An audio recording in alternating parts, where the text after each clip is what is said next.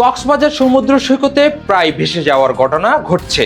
আনন্দ ভ্রমণে এসে কেউ ফিরছেন আতঙ্ক নিয়ে, আবার কেউ হারিয়ে যাচ্ছেন চিরতরে। কেন বারবার ঘটছে এমন দুর্ঘটনা? অসচেতনতা নাকি অন্য কোনো কারণ?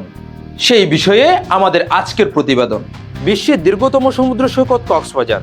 প্রতি বছর লাখো পর্যটকের পদচারণায় মুখর থাকে এই সৈকত, কিন্তু আনন্দ ভ্রমণ অনেক সময় পরিণত হয়ে যায় আতঙ্কে। প্রায় খবর আসে সাগরের ঢেউয়ে ভেসে যাচ্ছেন পর্যটকরা, কেউ ফিরে আসছেন জীবিত, আবার কেউ হারিয়ে যাচ্ছেন চিরতরে। প্রশ্ন উঠছে, কেন বারবার এমন দুর্ঘটনা ঘটছে?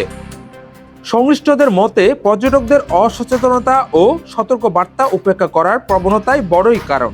অনেকে বিপদসীমা অতিক্রম করে গভীর পানিতে নেমে যান, আবার লাল পতাকা বা সতর্ক সংকেত থাকা সত্ত্বেও তা গুরুত্ব দেন না। পর্যটকরা বলেন অনেক সময় বুঝতে পারে না কোথায় গভীরতা বেশি। সতর্ক বার্তা থাকলেও সবাই তা মানে না। কেউ সামনে গেলে ওই দেখুন ওই অনেক মানুষ সামনে চলে গেছে।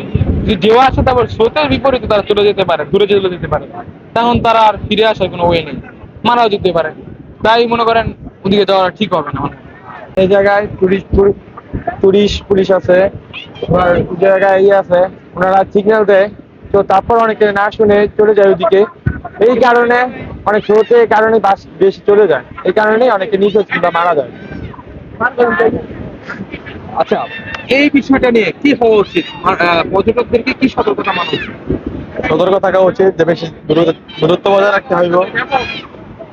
মজা পাইলে দূরে যেতে হইব তা না, দূরত্ব বজায় রাখতে হইব, বেশি দূরে যাওয়া যাবে না, কারণ এখন ঢেউর উৎপাদন অনেক বেশি।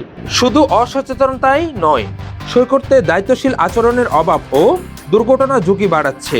বিশেষ করে জোয়ারের সময় রিপ কারেন্ট বা সাগরের শক্তিশালী স্রোত সম্পর্কে ধারণা না থাকায় অনেক পর্যটক বিপদের মুখে পড়েন। উদ্ধারকর্মীরা বলছেন অনেক সময় পর্যটকরা লাইফগার্ডদের নির্দেশনা অমান্য করেন, ছবি তোলা, ভিডিও করা কিংবা মজা করতে গিয়ে নিরাপদ সীমার বাইরে চলে যান। কোনো পর্যটক আসলে অনেক সময় আমরা নিষেধ করলে তারা নিষেধ অমান্য করে, মানে আমাদের কোনো আদেশ নিষেধ তারা তোয়াক্কা করে না, যার কারণে অ্যাক্সিডেন্ট গুলো হয়। আমাদের দেশের বেশিরভাগ মানুষই মেবি 90% মানুষ সাঁতার জানে না। তাহলে সাঁতার না জেনে নিজেকে রক্ষা করতে না পারা, এটা একটা কারণ ডুবে যাওয়ার। দক্ষতা না থাকা, এখানে সুপারভিশনের অভাব, তারপরে কোনো কিছু তোয়াক্কা করে না। আর আমাদের এখানে বিভিন্ন ধরনের বিপদ আছে, বিপদগুলো কিন্তু আবার আলাদা। ডুবে যাওয়ার কারণ আলাদা, বিপদগুলো আলাদা। তাহলে এখানে বিপদ বলতে গেলে আমাদের এখানে বিশেষ করে যেটা হয় রিপ কারেন্ট, তারপর ক্যানেল থাকে। ক্যানেল হচ্ছে খালের মতো লম্বা যেটা, আবার অনেক সময় গর্ত থাকে এবং বড় বড় ঢেউ থাকে।